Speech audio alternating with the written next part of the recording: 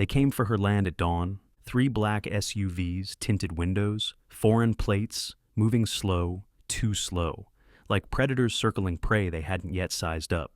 But she had sized them up long before their tires touched her gravel driveway. They thought she was just another farmer, alone, vulnerable, a woman past her prime. They had no idea who she really was. 30 years ago, she was known by another name, Phantom.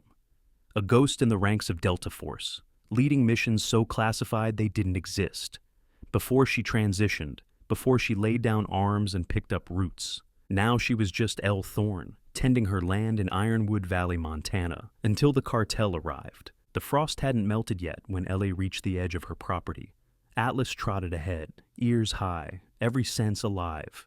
She paused near a patch of flattened grass, fresh tire tracks veering where no vehicle should have gone. Wide pattern, military tires, heavy, recent. Someone had scouted her land during the night. She rose slowly, her breath fogging in the cold. A sliver of early sunlight spilled over the ridge, casting long shadows over the valley. But none of it felt warm. The quiet wasn't natural anymore. It was watchful.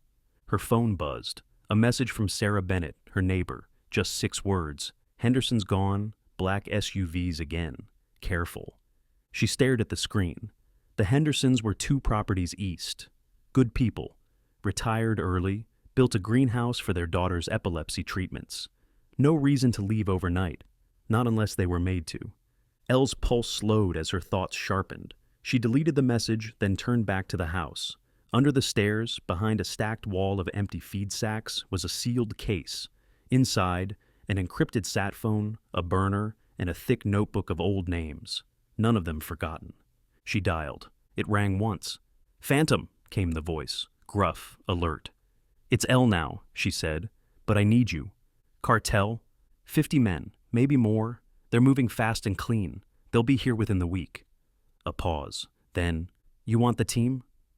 Elle's throat tightened. "I want family." "I'll call the others." She hung up and stared at the sat phone. That was her final decision. War was coming, and she wasn't going to face it alone. South of the border, in a high-rise built by bribes and bullets, the meeting was underway. "Her land is the last holdout," Eladio Marquez said. He pointed to a digital map projected across the concrete wall. "We lock that route. We control the I-90 corridor." Felix Reyes nodded. "We sent an offer. She declined." "She's alone?" asked Ricardo Valdez. Reyes hesitated. "That's what Intel says." Marquez narrowed his eyes.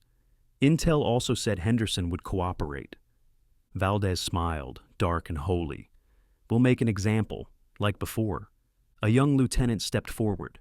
"We've marked her house. Satellite pass in 4 hours. We send in scouts tonight. Pressure tomorrow." Marquez dismissed him with a nod. Then to Reyes.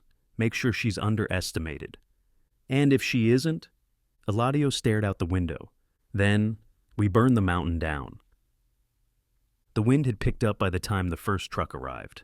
It wasn't flashy, a dusty black pickup, American plates, dented on one side like it had seen better days. But Elle knew better. The moment Knox stepped out, wearing a battered ball cap and a smirk that hadn't changed in 15 years, she felt her nerves settle. He took one look around, nodded at Atlas, and said, "Still smells like gun oil and dog hair. Good to be back." "Nice of you to wear civilian clothes," she replied. "Camos for the impatient." Cyrus was next. His Jeep roared in like it hadn't seen a speed limit in years. He jumped out, unzipped a duffel that clinked with ominous metal, and grinned. "I brought party favors." Zane and Nash arrived together, their gear covered in tarps and cake dust.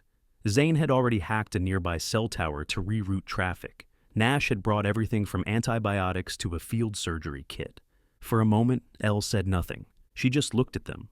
The weight of years and memories passed in the silence. "I missed this," Nash said finally.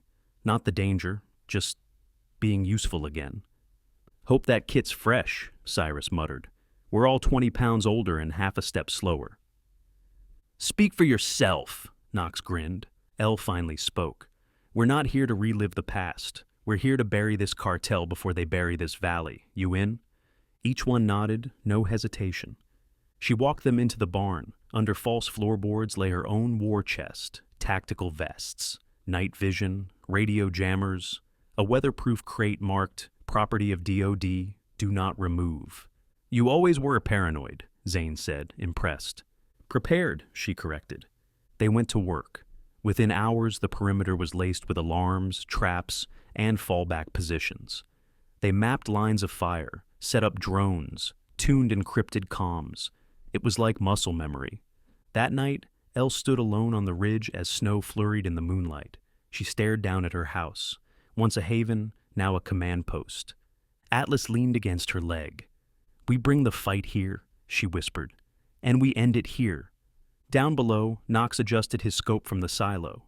Zane calibrated sensors. Cyrus buried his bombs like seeds.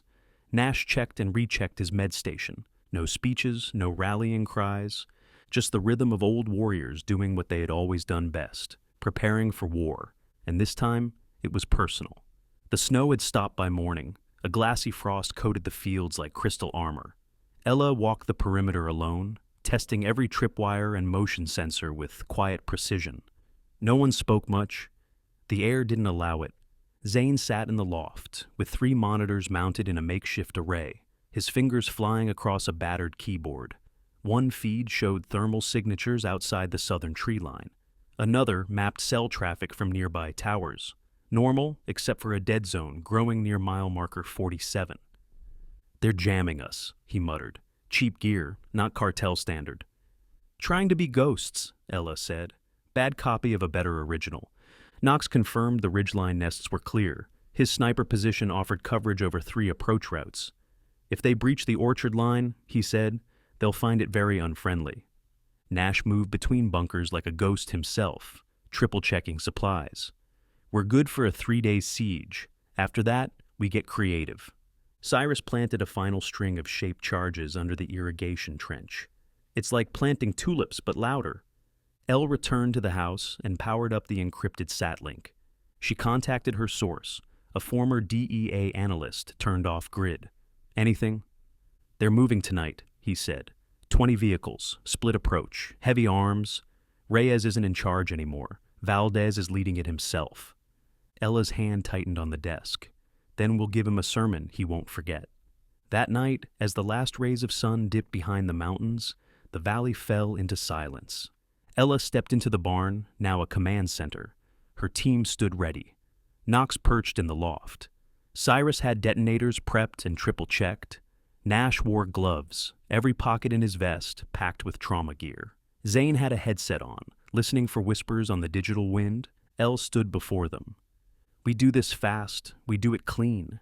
We don't let them take the ground from under us, and if we fall, we don't, Cyrus interrupted. She nodded. Then let's make them wish they never came north. The first sign came not from the road but the sky. A buzz, faint but unmistakable. Drones, surveillance grade. Someone had learned from their last mistake. Zane spotted them first. 2 birds, low altitude, thermal scan and visual reconnaissance. Eastern quadrant. Let 'em see the decoys, Elle said. Nothing in the fields moves without our say. Cyrus had rigged old mannequins with heat packs, placed them under thermal blankets near the outer barns. The drones locked onto the bait and transmitted. Knox, watching through a sniper scope, muttered, "Hooks in." Then the convoy came. Not 20 vehicles, 26. Armored SUVs, flatbed trucks with mounted guns, even a modified school bus for mobile command. Eladio Marquez had brought everything. They're coming in fast, Zane warned. ETA 6 minutes. Stations, Ella commanded. Cyrus stood beside the orchard, hand on the remote detonator. Knox sighted in on the rear transport. Let me know when. Nash double-checked every tourniquet and EpiPen. Ella stood at the southern tree line, watching the dust rise. The wind carried the roar of engines like thunder over snow. She let them come. They entered the kill zone. Now, she whispered. The orchard exploded in fire. Cyrus's charges turned the tree line into a wall of flame. Vehicles buckled. Men screamed. Gunfire erupted in all directions. Knox opened up, methodical, precise. Head snapped back, shoulders dropped. The convoy faltered. The second wave tried to flank east. Too late, Zane said, activating the signal disruptor. Their radios turned to static. Their drone feeds died. Their map went dark. L moved like wind through shadows. One shot. Two. A sweep of the leg. A silent blade. And still they came. Valdez emerged from the chaos. Rifle in hand, rage in his face. He shouted orders, dragged men from burning trucks, rallied a charge. "Cyrus, northeast blind spot!" L shouted. "I see it!" More fire. Then a scream. From a boy. Ella turned and froze. Not a soldier. A child, 15 maybe, holding a revolver too big for his hands. Behind him, a cartel fighter raised a blade. The boy turned and fired, dropped him. Ella rushed forward. He collapsed into her arms. "I didn't want to be here," he sobbed. "You're not anymore," she said. Nash pulled him to safety. Zane erased his trace. The fight moved on. Ella hunted Valdez now.